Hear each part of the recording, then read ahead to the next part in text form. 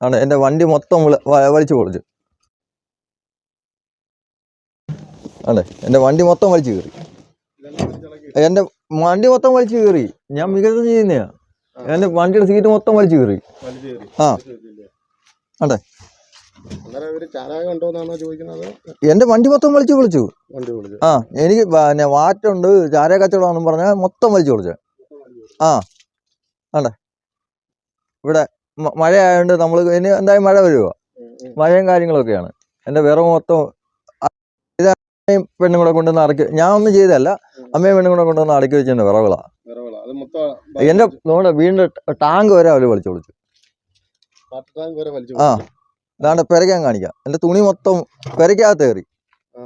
എൻ്റെ വീടിൻ്റെ തുണി മൊത്തം വാരി വലിച്ചിട്ട്.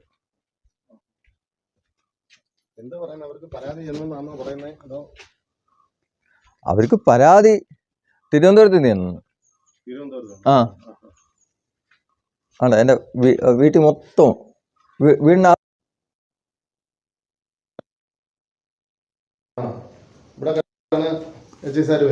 അല്ല ഇവിടെ കിടന്നെയാണ്.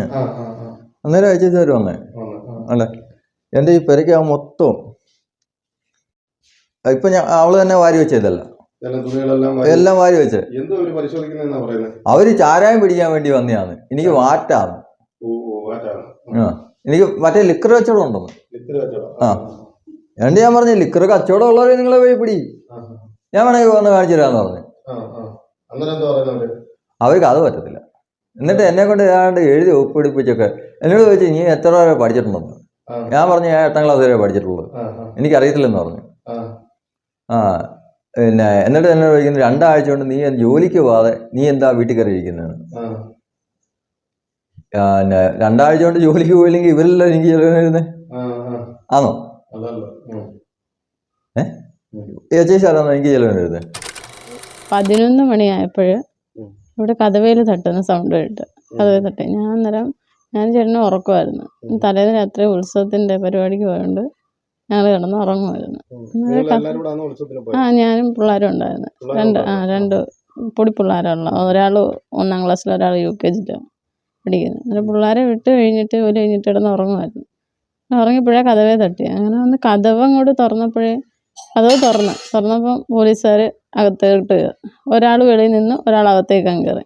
ഞാൻ ചോദിച്ചു എന്തോ കാര്യമെന്ന് ചോദിച്ചു.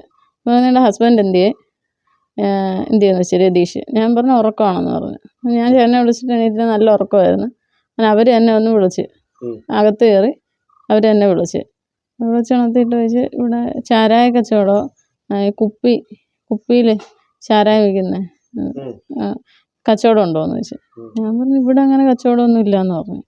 കാരണം നിങ്ങളുടെ ഭർത്താവ് മദ്യപിക്കുമെന്ന് ചോദിച്ചു. ഞാൻ പറഞ്ഞു ആ വീട്ടിൽ ഇരുന്ന് മദ്യപിക്കും, വീട്ടിൽ ഇരുന്ന് കുപ്പി എടുത്തുകൊണ്ട് വന്ന് വീട്ടിൽ ഇരുന്ന് സാധാരണ എല്ലാവരും മദ്യപിക്കുമല്ലോ വീട്ടിൽ, അതേപോലെ മദ്യപിക്കുന്ന ആളാണ്, അല്ലാതെ കച്ചവടമൊന്നും ഇവിടെ ഇല്ല എന്ന് പറഞ്ഞു. അന്നേരം വെച്ച് നിങ്ങൾ തന്നെ ഞങ്ങൾക്ക് ഇങ്ങനെ പരാതി കിട്ടിയിട്ടുണ്ടെന്ന് പറഞ്ഞു. അന്നേരം വിളിച്ചു പറഞ്ഞ് അവർക്ക് പരാതി കിട്ടിയിട്ടുണ്ട്, അത് അന്വേഷിക്കാൻ വന്നതാണ്. അത് കഴിഞ്ഞ് ഞാനിങ്ങനെ നോക്കിയപ്പോഴത്തേക്ക് പിന്നെ വീടിന് മറ്റേ സിറ്റൗട്ടിലോട്ട് ഇറങ്ങി നിന്നപ്പോഴത്തേക്ക് വീടിന് ചുറ്റും പോലീസുകാർ, ഒരു വണ്ടി പോലീസ് അവിടെ നിന്ന് അവിടെ എല്ലാ ഭാഗത്തായിട്ട് നിർത്തിയിട്ട് എക്സൈസുകാർ വന്ന്, പിന്നെ 2 സിവിൽ ഡ്രസ്സിലെ 2 എക്സൈസുകാർ. അവർ നേരത്തെ എങ്ങാണ്ട് വന്നിട്ട്, ഞങ്ങൾ ഉറക്കമായതുകൊണ്ട് അറിയുന്നില്ല, നേരത്തെ എങ്ങാണ്ട് വന്നിട്ട് അയ്യം മൊത്തവും പരിശോധിക്കുകയോ വീടിൻ്റെ പുറവശം പരിശോധിക്കുകയോ. ഇടയ്ക്ക് ഞാനിങ്ങനെ ഞങ്ങളുടെ പട്ടിയുണ്ട്, അവൻ കുരയ്ക്കുന്ന കേട്ട്. അന്നേരം ഞാൻ വിചാരിച്ച് വേറെ എന്തെങ്കിലും വേസ്റ്റും എല്ലാം വേറെ പട്ടികൾ വരുമ്പോൾ ഇങ്ങനെ അങ്ങനെയാണെന്ന് വിചാരിച്ച്. പിന്നെ ഇത് കഴിഞ്ഞ അന്നേരം ഇവരെപ്പോഴേയും കണ്ടേ വന്ന് ഇവിടെ പരിശോധനയൊക്കെ നടത്തുമായിരുന്നു. നമ്മൾ ഉറക്കമായതുകൊണ്ട് നമ്മൾ അറിഞ്ഞിട്ടില്ല. അങ്ങനെ വിളിച്ചു. പിന്നെ ഇവിടെ വന്നിന്ന് കുറേ കാര്യങ്ങൾ ചോദിച്ചു. അത് നിങ്ങൾക്ക് കച്ചവടം ഇല്ലല്ലോ, അത് മീൻ കച്ചവടം എന്നൊക്കെ അവർക്കറിയാം. ചോദിച്ചു കച്ചവടം ഇല്ലല്ലോ 2 ആഴ്ച. വണ്ടിക്ക് കുഴപ്പമുണ്ടായിരുന്നു, പിന്നെ ചേട്ടന് സുഖമില്ലാത്തയാ, അങ്ങനെ 2 ആഴ്ച കൊണ്ട് കച്ചവടമില്ല. അന്നേരം പറഞ്ഞു കച്ചവടത്തിൻ്റെ പൈസ എങ്ങനെ കിട്ടുന്നുണ്ട്. ഞാൻ പറഞ്ഞു അമ്മ സഹായിക്കും, വീട്ടുകാർ സഹായിക്കും, അങ്ങനെ കച്ചവടം ഇങ്ങനെ കൊണ്ടുപോകുന്നതെന്ന് പറഞ്ഞു വീട്ടിലെ കാര്യങ്ങൾ. അങ്ങനെ കുറേ നീ ഇവിടെ കിടന്ന് ബഹളമാണ്, ഇവിടെ അയൽവക്കക്കാരോടെല്ലാം ബഹളമാണ്, നാട്ടുകാരോട് ബഹളമാണ് എന്നൊക്കെ അവർക്ക് പരാതി കിട്ടിയിട്ടുണ്ട് എന്ന് പറഞ്ഞ് ഇവിടെ നിന്ന് വിളിച്ചത്. അതിനകത്തൊരു ഉദ്യോഗസ്ഥൻ അന്നേരം തന്നെ ഫോൺ വന്ന് വിളിച്ചു ചോദിക്കും. അന്നേരം ആ ഉദ്യോഗസ്ഥൻ തന്നെ പറയുന്നുണ്ട് നമ്മളോട്, അതാണ്ട് തിരുവനന്തപുരത്ത് നിന്ന് വരെ കോള് വരുന്നുണ്ട്, ആടെ ഇത് ചോദിക്കാനൊക്കെ ഉണ്ട് ആൾക്കാർ വിളിച്ചുകൊണ്ടിരിക്കുകയാണ് എന്ന് പറഞ്ഞ് കോൾ ഇവിടെ വരുന്ന കോൾ അറ്റൻഡ് ചെയ്തിട്ട് റോഡിൽ പോയി സംസാരിച്ചിട്ട് തിരിച്ചു വന്നു. അങ്ങനെ കുറേ നേരം ഒരു അരമണിക്കൂർ 1 മണിക്കൂർ അകത്തെല്ലാം കയറി നമ്മുടെ അലമാരി എല്ലാം പരിശോധിച്ച്, നമ്മൾ ആഹാരം പാചകം വെച്ചിരുന്ന അത് വരെ പരിശോധിച്ച്, കാലം അങ്ങനെയുള്ള സർവ്വ തുണിയെല്ലാം മാരിയിട്ട് പരിശോധിച്ച്. പുറത്തെ കാര്യങ്ങളൊന്നും നമ്മൾ അറിയുന്നില്ലല്ലോ. ഇവർ പോയി കഴിഞ്ഞിട്ട് നമ്മൾ നോക്കിയപ്പോഴാണ് വീടിൻ്റെ പുറകിൽ വിറക് വെച്ചിരുന്നടോ അയ്യോ എല്ലായിടോ വീടിൻ്റെ മണ്ടയിൽ അവിടെ ഇവിടെ എല്ലാം പരിശോധിച്ചു. എക്സൈസുകാർ നമ്മൾ പറഞ്ഞ് ഇന്നെ പരാതി തന്നതാരാന്ന് പറ. ഞാൻ പറഞ്ഞു പരാതി വിളിച്ച് പറഞ്ഞത് നമുക്ക് പറയാൻ പറ്റത്തില്ലെന്ന് പറഞ്ഞു. ഇന്ന ആരാന്ന് പറയാൻ പറ്റത്തില്ലെന്ന് പറഞ്ഞു. എന്നിട്ട് പറഞ്ഞാൽ അവർ ഇവിടുന്ന് എഴുതി ഇന്ന ആൾ രതീഷ് ഇന്ന വീട്ടിലെ വീട്ടിൽ വന്ന് പരിശോധന നടത്തി അവർക്ക് ഒന്നും കിട്ടിയിട്ടില്ല, തെളിവൊന്നും കിട്ടിയിട്ടില്ല എന്നും പറഞ്ഞ് എഴുതി മേടിച്ചിട്ട് ചേട്ടൻ്റെ കയ്യിൽ നിന്ന് ഒപ്പിട്ട് മേടിച്ചു. നമ്മൾ ഇപ്പം ഈ മീഡിയയിൽ ഇങ്ങനെ ഒരു ഇത് കൊടുക്കുന്നതിൻ്റെ കാരണം എന്ന് വെച്ചാൽ എനിക്ക് 2 പൊടിപ്പിള്ളേരാണ്, ആൺപിള്ളേരാണ് വളർന്നു വരുന്നത്. ഇന്നൊരു കാലത്ത് അവർ കിട്ടിയില്ല എന്ന് പറയും. ഇനി നാളെ ഒരു കാലത്ത് ഇത് പറയാനുള്ള കാരണം എന്ന് വെച്ചാൽ ഇതിന് 2 ദിവസം മുമ്പ് നമ്മുടെ വീട്ടിൽ പോലീസ് വന്നിരുന്നു. പുത്തൂർ സ്റ്റേഷനിൽ നിന്നുള്ള പോലീസുകാർ വന്നിട്ട് അവർ പറഞ്ഞ് ഇങ്ങനെ ഒരു കേസ് കൊടുത്തിട്ടുണ്ട്. നമ്മുടെ ഒരു ബന്ധുവാണ് കള്ളക്കേസ് ഇങ്ങനെ കൊണ്ടുവന്ന് കൊടുത്ത് അത് വന്ന് 4-ാം നാൾ വന്ന് അതിന് നമ്മൾ പോയി ഒത്തുതീർപ്പാക്കി ആ കേസ് മാറ്റിക്കഴിഞ്ഞ് പിറ്റേ ദിവസം എക്സൈസുകാർ. അന്നേരം നമുക്ക് സ്വാഭാവികമായിട്ട് ഏത് മനുഷ്യർക്കായാലും സംശയം തോന്നും, ഇത് നമ്മളെ കൊടുക്കാൻ വേണ്ടി ഇവരിങ്ങനെ ഓരോ ചെയ്തുകൊണ്ടിരിക്കുകയാണെന്ന്.